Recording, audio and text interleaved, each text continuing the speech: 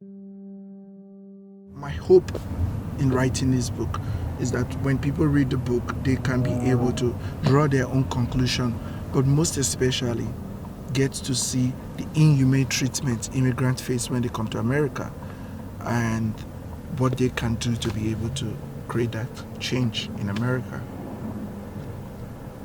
Not just only in America. There are 69 plus countries where it's illegal to be gay. 9 of them, they have the death penalty.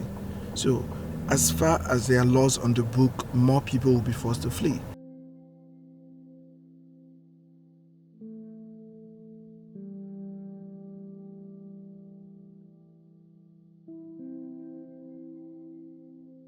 My baby picture, when I got my master's, I feel like it's an inspiration for my life.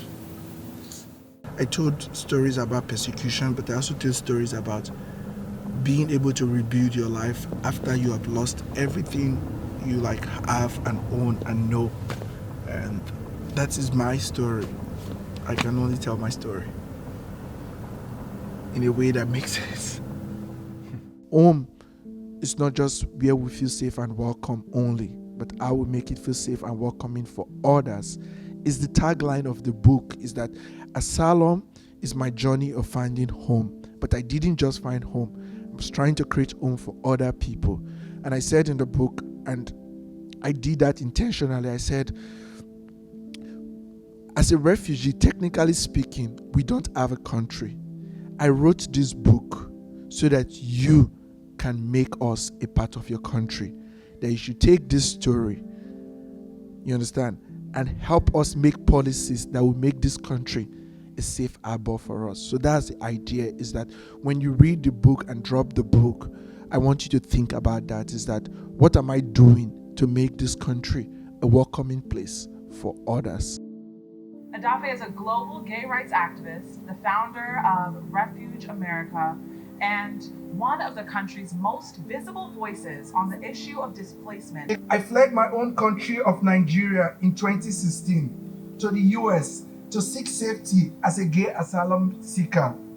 I arrived here with the expectation of being welcomed by the gay community in the United States. But in the gay community, I was regarded as a refugee. And in the refugee community, I was regarded as Black. In the Black community, I am an African. In the African community, I am gay. In every community I found myself in, I was always different. Writing a book like this is to show people that we have different kind of personalities and we have different types of identities, and we don't have to choose one over another. I can't choose being African over being a Black person in America. I can't choose being Black and African over being gay. I can't choose being gay over being a displaced person. Or I'm also a religious person. All these things exist. I have been exiled from my own country, exiled from the communities I identify with because of who I love. Love should never be a cause for exile, yet thousands of people each year have to make the decision to flee their homes because of who they love, as I did when I left my country in 2016. Everywhere I go to, I was like the other. And I think is that identity crisis most LGBTQ asylum seekers face.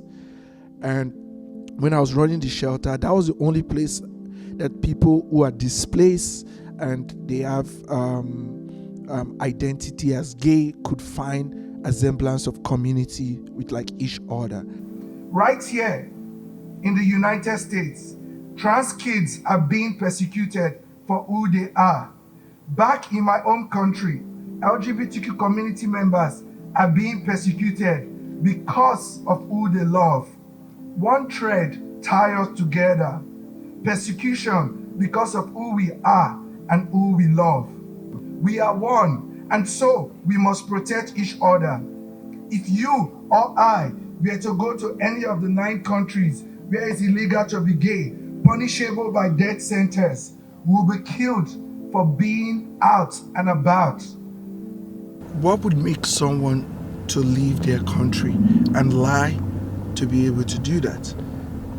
the few people that are really fleeing because their lives are in danger, how would you be able to discern which from which? Many people living in Nigeria cannot come out as gay because they might face persecution from the system. So some people get married to women, they have children, but it doesn't mean that they are not gay. They're just doing it so they can avoid persecution.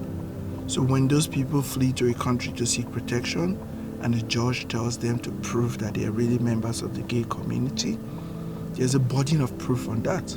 I was openly gay, but imagine if I wasn't. It would have been so difficult for me because many people believe that some people are gaming the system. And I think that the reason why someone would game the system is because there are provisions that make it possible. If there was no law persecuting gay people in Nigeria, nobody would use that as a reason to flee. So why don't we change the system instead of attacking the people that are trying to flee? Tell me, is that freedom? In our so-called land of the free, many people who fled here to seek protection are locked up in jails. Tell me, is that freedom? How can we create laws that, even though we want to prevent people from coming to this country, but is humane, like doesn't treat people like as if they're criminals, doesn't treat people like as if they don't deserve the opportunity that other people who have come here have had. So that's my hope, is that people can be able to look past the face value and like dig deeper. We have seen progress in America and around the world. 15 years ago, I couldn't have come to America to seek protection. Americans made it possible for someone like me to exist in this country. And I am grateful to be here, that I am in a country whereby I'm not a US citizen, I'm just a green card holder, but I can still criticize America. There's no country I could go to and do that. It's because Americans are willing, open, and accepting as a group of people. They have promoted our values of like freedom of speech, organizing, citizens being able to wield power, and that is the power I am using as a person. It's like, I don't like to generalize. I don't like to antagonize. I like to work together. So I'm not that kind of activist that attack a politician or attack an individual, because I believe that people make mistakes. I am a human being also. I have made mistakes. If everything I have done is available out there, some people will be disgusted by some things I have done. So I believe that there is room to grow, but we have also made progress that make it possible for every one of us to be able to participate in the system. When you come into a new country, it becomes very harder to access any other thing that people have access to. One of them is like housing, for example. If you are provided housing, it gives you opportunity to be able to look for a job, have a place to stay, want to go back to school, want to build a life, because the three basic necessities of life is food, shelter, and clothing. And shelter becomes very central in a city like New York City, because New York is one of the most expensive places to live in. And when you don't have housing, it becomes very difficult. I remember, I will use an example. I wrote this in a book. An asylum seeker came from Guyana and was staying with his family, like friends and family, chosen family. And when he came out as gay, they chased him out of the house. So he was looking for a place to stay and brought his bag to the shelter.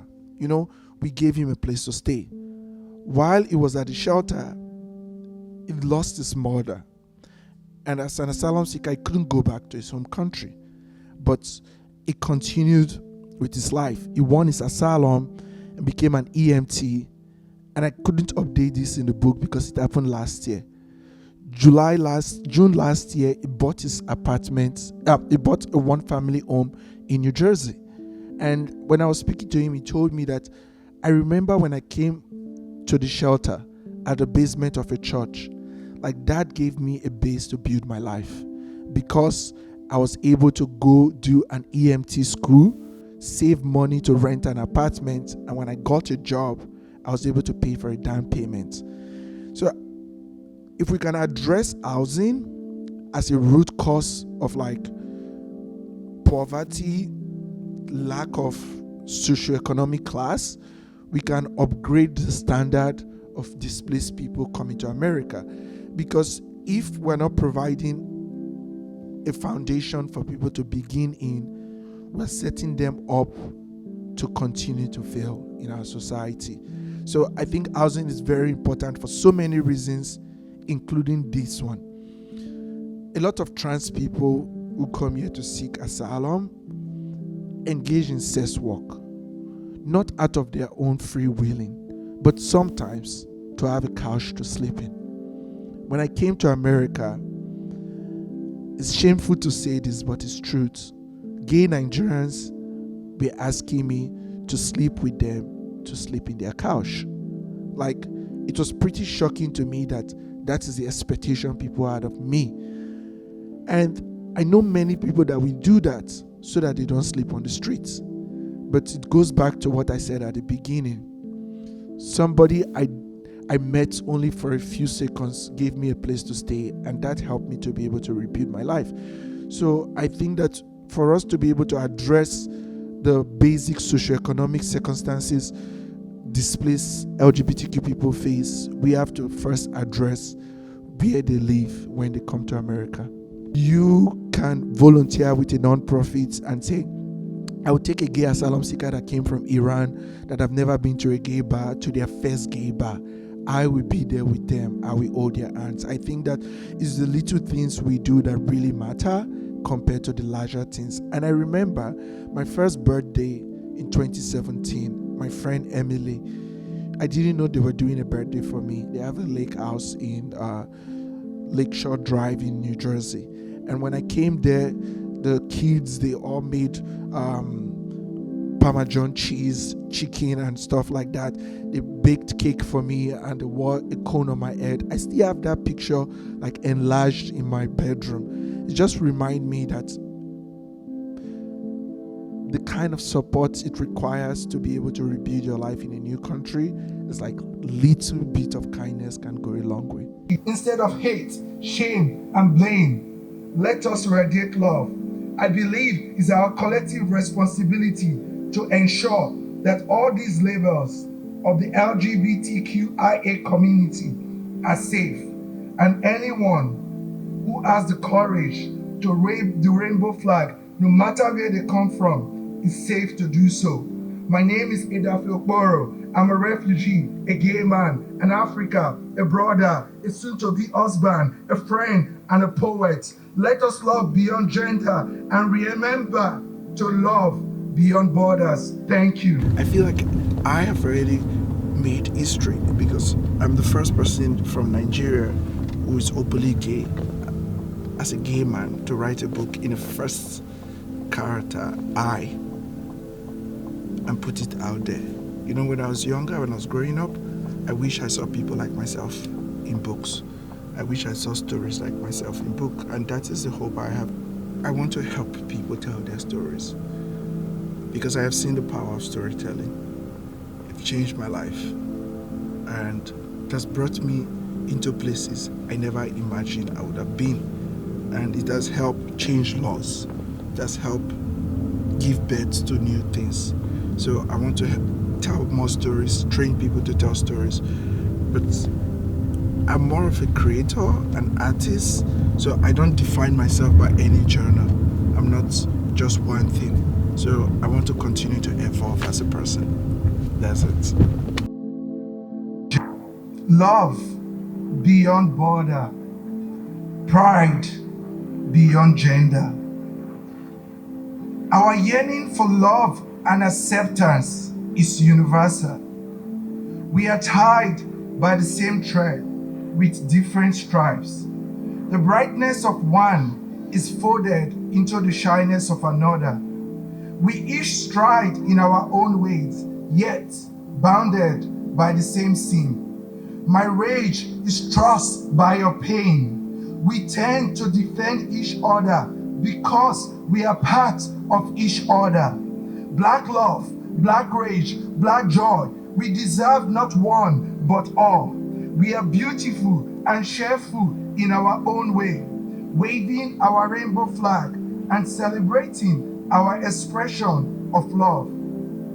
So does our siblings in other parts of the world, lost for the same joy, rage, and love. Rainbows are no paradise until love is a mantra for all queer people in all over the world.